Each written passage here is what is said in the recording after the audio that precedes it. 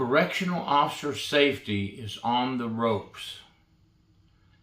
And I really mean that. As I've traveled around the country and talked to different agencies, I have seen that there's a lot of things causing the inmates to become more rowdy, create chaos, and think they can get away doing what they want to do. Hi, I'm Gary York, True Prison Stories. Please subscribe if you like this video.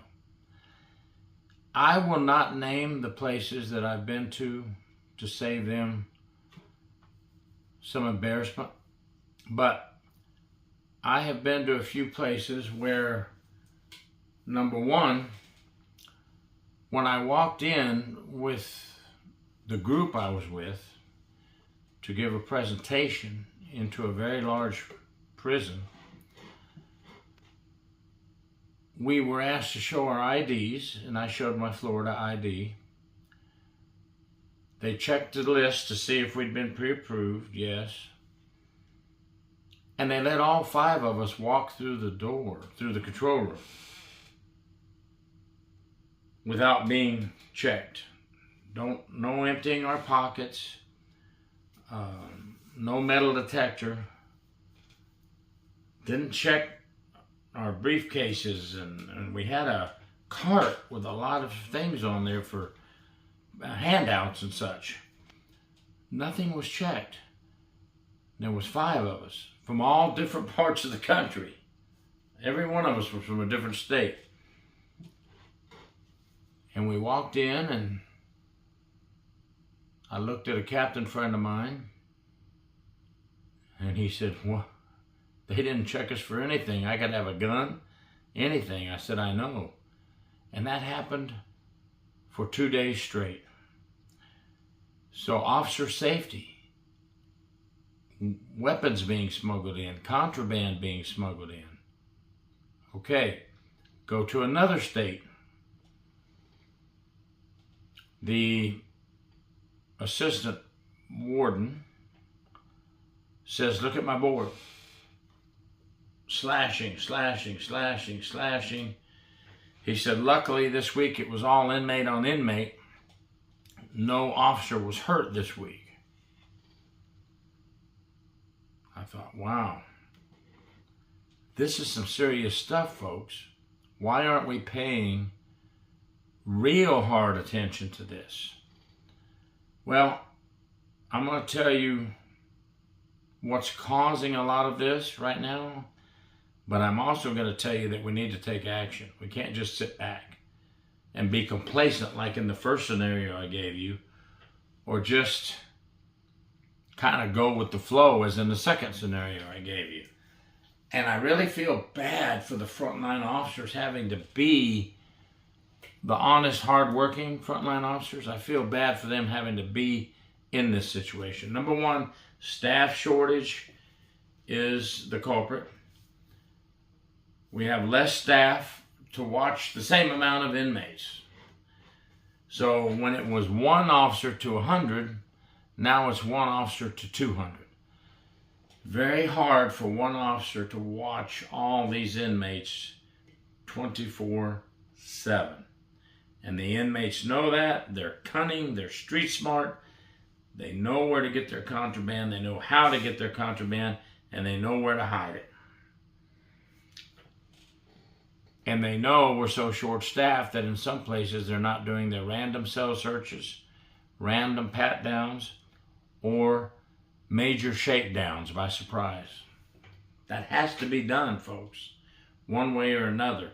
Management needs to figure out a way to do it. I know we're short-staffed, but it has to be done. Another thing that is kicking our rear is complacency. Well, management doesn't give a darn about us, so why should I care? Let them do what the heck they want. This is when your agency begins a toxic culture. And that's a bad culture to get into. Because now, if your officers feel that they're not being backed up by the superiors, given the tools they need to protect themselves, giving the permission they need to discipline inmates. And I'm not saying abuse inmates. For all of you folks that are not in corrections, discipline is not abuse. Children need discipline and structure. Athletic teams need discipline and structure. Inmates need discipline and structure, or there'll be complete chaos. I'm telling you right now, and we're losing that in some areas. In some agencies, we are losing the discipline and the structure. When the inmates know there's no shakedowns, no surprise searches, they know that we're losing our control. When the inmates know that the officers become complacent, they know it's their house to take over and do whatever they wish. Okay? We need to change our mindset. There are outside entities hurting us as well. One agency, the City Council of New York Department of Corrections, is dictating that we don't want you to handcuff during inmate movement. What in the world is that all about? Officer safety's out the window. More money, City Council, for FMLA and injured officers. More money, City Council, for more inmates killing each other. More lawsuits, City Council, because we didn't protect the inmates from each other or the inmates from attacking the officers. That mindset totally blows my mind. We have to stay consistent with discipline by sticking with the policies and procedures. The inmates have a rule book. They know everything about it. You should also know everything about it as an officer and make them abide by that rule book. Because if you don't, the inmate population will take over, totally take over. We know they outnumber us. We know they could take over the jail or prison when they want. But if we show control and we give discipline and structure, we'll probably save a lot of that from happening. Safety is a mindset. Always, always keep safety in mind when working with these inmates. Never trust these inmates. They all want something. Don't tell me this is a good inmate. That sounds terrible, right? I'm against abuse of inmates, by the way, folks. Investigative abuse cases. Don't like abuse of inmates. But I do like control of inmates. And I do like discipline, to discipline the inmates when they need it. Take away something they need, not beat them.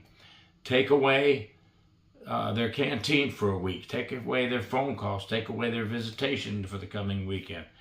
Something to show them you have to have consequences for the bad actions you do. And if you hurt one of our officers, we need to take you and book you in back at the county jail. If you're already there, we'll rebook you. If you're in prison, we'll transport you to the county jail. And we need the state attorneys to allow and give us the right to give them outside charges, new outside criminal charges. It's the only way it's going to stop. We can't cave in to outside pressures, and we can't let complacency and inmate manipulation get us. Because the inmates will isolate you, find the weak officer, the weak link in the chain, and use that officer to gain things they need, such as food from the outside, drugs, contraband, and sex. And we know what happens, folks. We have to weed out those bad apples that taint the image of the honest officers. Officer safety is against the ropes in 2024.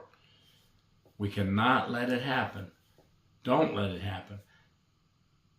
High-ranking officials in the Department of Corrections, such as the Secretary of Corrections and governors of each state, please go to your legislature and tell them our officers are the only thing between you and the citizens, between the criminals and the citizens on the street.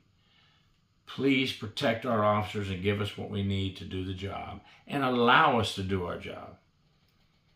Thank you for watching. Gary York, True Prison Stories. Please subscribe.